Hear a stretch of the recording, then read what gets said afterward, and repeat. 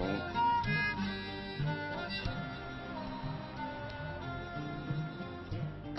این شبای ماه مبارک رمضان اصلا فوق‌العاده است. هر کجا شما تشریف برین، تو هر مسجدی که درش باز بشه ببینید درش چقدر جوان باشده، چقدر توی مسجد قرائت قرآن، نماز شب ارزم بزرگ شما که این خودش اثر بعد 6 تا سال دیگه نگه میداره این جوانو. یا الله، سلام علیکم. سلام علیکم. احوال شما خوبی؟ الحمدلله. خدا خیرت بده ان شاء الله. عاقبتتون بخیر باشه. شاکرم جان. سلامت باشید. خسته نباشید. قربان شما.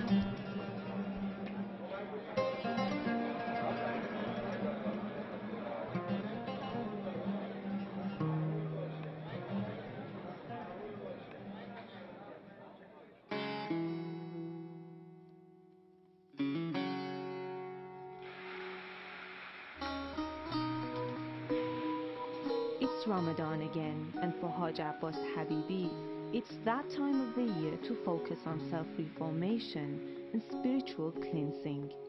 He's 86 years old and has been fasting for more than 75 years.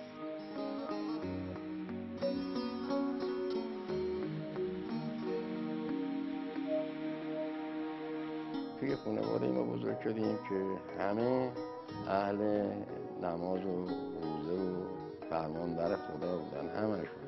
خیلی مادر اصرار میکرد که حالا سرگنجشگی بگیر نمیکرد فلان کن. با همون حالت بچگی و به اصطلاح طفولیتی داشتیم میگفتیم با روزامون باطل میشه، شما میگی کله گنجشگی بگیریم، کله گنجشگی یعنی بخوریم دیگه. این باشی صحبت میکرد.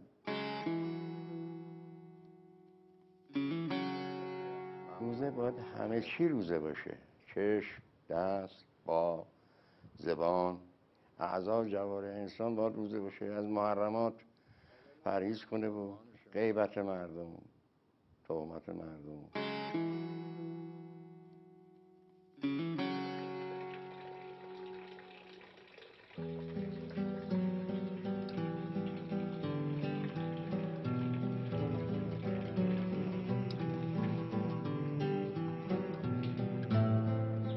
ماهای دیگه حالا شد نماز جماعت میره، نشد نمیره، ولی این خودش چون روزه هست مقیده برای این که حتما این نماز جماعتشون در مساجد باشه. ادامه داره قرائت قرآن و بعدش هم دیگه حالا موعظه‌ای، پندی، برنامه‌های وسیعی هست.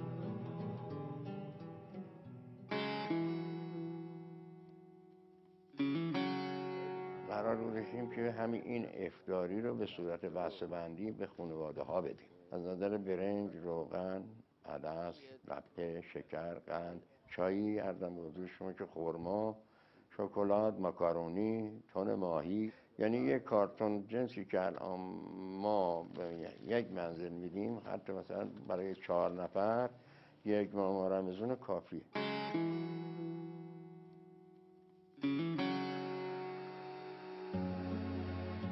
خیلی مردم تو این ماه نذری میدن، دستگیری میکنن. موادش رو لذت برنج، آب، شکر، زعفران، گلاب و خلال بادام که میریزن توش. برای تزیینش هم خلال پسته میپاچد روش، البته با دارچین روش تزیین. این شل زرد ما الان آماده است. ماه مبارک رمضان مردم بزرگشون که دیگه به قول معروف که نمیشه چشیدش دیگه. خدا نظر عمل قبول کن.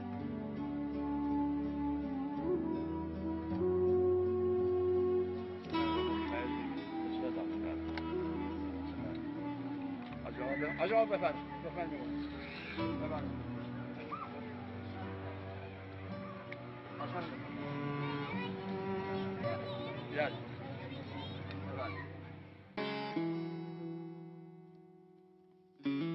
افرادی که بالاخره مال هر خانواده هستن اینا سعی میکنن که اول افطار دور هم باشن، چون افطاری دور هم یه لذت دیگه ای داره، حالا هر غذایی که دارن.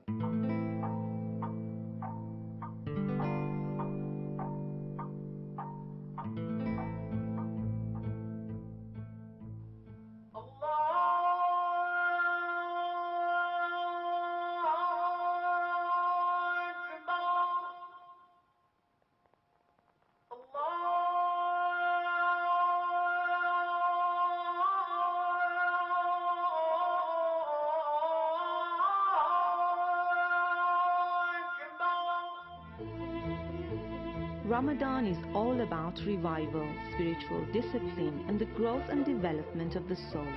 Those who fast practice the art of self-control and patience. It's the time when the soul is dedicated to God and uncluttered by worldly matters. Through this devotion, people feel closer to their Creator and are more thankful for their blessings.